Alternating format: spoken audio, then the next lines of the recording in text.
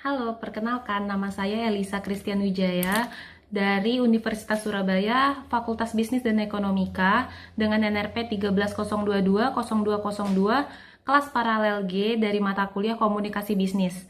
Hari ini saya akan menjelaskan dan melakukan gerakan siap mendukung vaksin COVID-19 dengan judul I am ready to be vaccinated against COVID. Kalau gitu kita mulai aja penjelasan tentang COVID dan vaksinasi. Tahukah kalian apa yang dimaksud dengan SARS-CoV-2?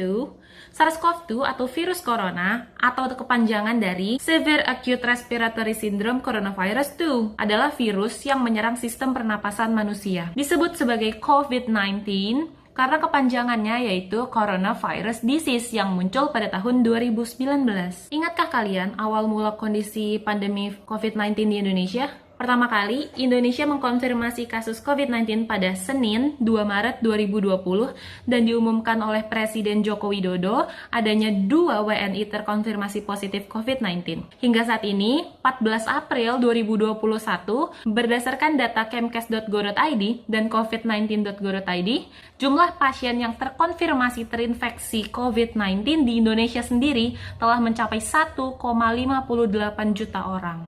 Apa saja sih gejala yang dirasakan oleh orang yang terpapar virus COVID-19? Ada 3 gejala umumnya, seperti demam lebih dari 38 derajat Celcius, sesak nafas, dan batuk kering. Gejala lainnya juga ada beberapa, seperti diare, sakit kepala, konjungtivitis, hilangnya kemampuan pengecap rasa dan indera penciuman, yang kelima, ruam di kulit. Lalu, bagaimana ya cara mendiagnosa apakah tubuh ini terpapar COVID-19 atau tidak? Ada 4 metode yang dimiliki oleh Indonesia saat ini, seperti tes PCR atau swab, ada rapid antigen atau antibody, lalu ada CT scan atau ronsen paru-paru, yang terakhir, yang terbaru, genos. Apa yang harus kalian lakukan ketika kalian terpapar virus COVID-19? Yang pertama, kalian pastinya harus isolasi mandiri apabila kalian memiliki gejala yang ringan, setidaknya untuk 10 hari hingga kalian dinyatakan negatif dari COVID-19. Tapi apabila kalian merasakan gejala seperti pneumonia atau kalian memiliki penyakit-penyakit bawaan, maka ketika ada komplikasi atau sebelumnya kalian harus ke dokter untuk mendapatkan penanganan khusus. Pandemi ini sudah berada di Indonesia selama lebih dari 1 tahun sejak 2020. Sejak saat itu, kehidupan berubah di mana kita harus menggunakan masker, menjaga jarak, dan tidak bisa berkumpul di kerumunan, dan banyak protokol kesehatan lainnya. Maka pemerintah mengambil dan menerapkan PSBB, atau pembatasan sosial berskala besar, untuk mencegah penyebaran virus ini. Langkah yang paling penting adalah terciptanya vaksin COVID-19. Dan apa yang dimaksud dengan vaksin? Vaksin itu bukanlah obat. Vaksin adalah produk biologi yang berisi antigen berupa mikroorganisme atau bagiannya yang dihasilkannya telah diolah sedemikian rupa sehingga aman. Tujuannya, vaksin itu untuk membentuk kekebalan fisik seseorang secara aktif terhadap virus atau penyakit. Kenapa sih harus divaksin? Vaksin itu akan merangsang pembentukan kekebalan tubuh terhadap penyakit. Setelah divaksin, tubuh kita akan mengingat virus pembawa penyakit, mengenali dan tahu cara untuk melawan virus tersebut atau penyakit. Memangnya apa yang akan terjadi apabila kita tidak mau divaksin? Sederhananya, kita tidak akan memiliki kekebalan terhadap virus corona tersebut, sehingga kita akan mudah untuk terinfeksi. Dan selanjutnya, ada apa saja sih jenis vaksin yang akan digunakan di Indonesia? Berdasarkan keputusan Menteri Kesehatan nomor 17 Menkes 12758 tahun 2020 tentang penetapan jenis vaksin untuk pelaksanaan vaksinasi COVID-19, ada 7, yaitu vaksin produksi dari PT Bio Farma, Sinopharm, Novavax, Sinovac, Pfizer, BioNTech, Oxford, AstraZeneca, dan Moderna. Seperti yang kita tahu, yang sudah beredar dan digunakan oleh masyarakat Indonesia yaitu vaksin jenis Sinovac dan AstraZeneca. Apa perbedaan dari kedua vaksin tersebut? Dilihat dari segi usia, vaksin Sinovac telah melakukan uji klinis untuk dewasa yaitu berusia 18 hingga 59 tahun dan untuk lansia 60 tahun ke atas. Untuk lansia dibutuhkan rentang penyuntikan 28 hari antara dosis pertama dan dosis kedua. Sedangkan vaksin AstraZeneca dapat digunakan untuk usia 18 tahun ke atas dengan rentang penyuntikan 8-12 minggu antara dosis pertama dan dosis kedua. Kemudian perbedaannya dari segi efek samping, vaksin Sinovac memiliki efek samping ringan seperti nyeri di bekas suntikan, juga reaksi sistemik seperti pegal-pegal, demam ringan. Sedangkan vaksin AstraZeneca masih dalam kategori ringan sedang.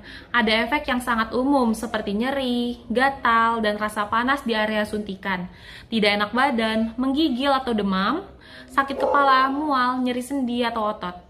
Efek umum diantaranya bengkak, kemerahan, benjolan di area suntikan, demam, muntah, diare, radang tenggorokan, pilek atau batuk, menggigil. Efek yang jarang terjadi seperti nafsu makan menurun, sakit perut, kelenjar getah bening membesar, keringat berlebih, kulit gatal, dan ruam di kulit. Kemudian, bagaimana jika ada reaksi setelah vaksinasi? Setelah selesai divaksin, peserta akan mendapatkan kertas berisi informasi kontak yang bisa dihubungi jika mengalami keluhan kesehatan setelah vaksinasi. Dari segi metode pengembangannya, vaksin Sinovac menggunakan inactivated virus atau virus corona utuh yang sudah dimatikan, bukan diistirahatkan. Menurut WHO, metode ini terbukti manjur dan telah digunakan dalam pembentukan vaksin flu dan polio. Sedangkan vaksin AstraZeneca tidak mengandung inactivated virus, melainkan menggunakan vektor adenovirus dari simpanse, di mana pengembang vaksin mengambil virus yang bisa menginfeksi simpanse, kemudian dimodifikasi secara genetik untuk memicu respon imun. Kemudian dari segi efektivitas, vaksin Sinovac menunjukkan efikasi sebesar 65,3%, sedangkan vaksin AstraZeneca sebesar 76%. Jadi, ayo kita ikut dalam program vaksinasi COVID-19 ini demi kebaikan bersama, di mana dengan kita divaksin akan membentuk kekebalan tubuh terhadap virus COVID-19, mencegah penyebaran virus, menurunkan angka kematian akibat COVID-19, dan mencegah penyebaran, meringankan beban tenaga kesehatan dalam menyembuhkan pasien COVID. Vaksinasi COVID-19 bertujuan untuk mendorong terbentuknya herd immunity atau kekebalan kelompok, di mana banyak masyarakat yang sudah memiliki kekebalan terhadap virus ini. Tidak perlu takut untuk divaksin sebab vaksin telah melalui uji lab dan lain-lain, serta bisa dilihat sudah banyak orang yang divaksin. Oke, sekarang kapan ya giliran kalian untuk mendapatkan vaksin COVID-19? Vaksinasi dibagi menjadi 4 tahap. Tahap pertama, vaksinasi diprioritaskan untuk tenaga kesehatan, asisten tenaga kesehatan, tenaga penunjang, serta mahasiswa yang sedang menjalani pendidikan profesi kedokteran yang bekerja pada fasilitas pelayanan kesehatan. Ada 10.477.000 orang telah divaksin pada tahap pertama, 5.568 orang telah divaksin pada tahap kedua. Dengan target total sebanyak 181.554.465 orang di Indonesia. Lalu tahap kedua diprioritaskan untuk petugas pelayan publik, TNI, kepolisian, aparat hukum, dan petugas pelayanan publik lainnya, meliputi petugas di bandara, pelabuhan, stasiun, terminal, perbankan, perusahaan listrik negara, dan PDAM. Dan yang terakhir, kelompok usia lanjut atau lansia lebih dari 60 tahun. Kemudian vaksinasi tahap ketiga itu untuk masyarakat rentan dari aspek geospasial, sosial, dan ekonomi. Yang terakhir, tahap keempat itu diberlakukan untuk masyarakat dan pelaku perekonomian lainnya dengan pendekatan klaster sesuai dengan ketersediaan vaksin. Bagaimana cara mendaftarkan diri untuk divaksin COVID-19? Caranya ada 3. Yang pertama, melalui notifikasi SMS dari Peduli COVID, aplikasi ataupun website. Yang terakhir, melalui Babinsa atau Babin Kamtipnas.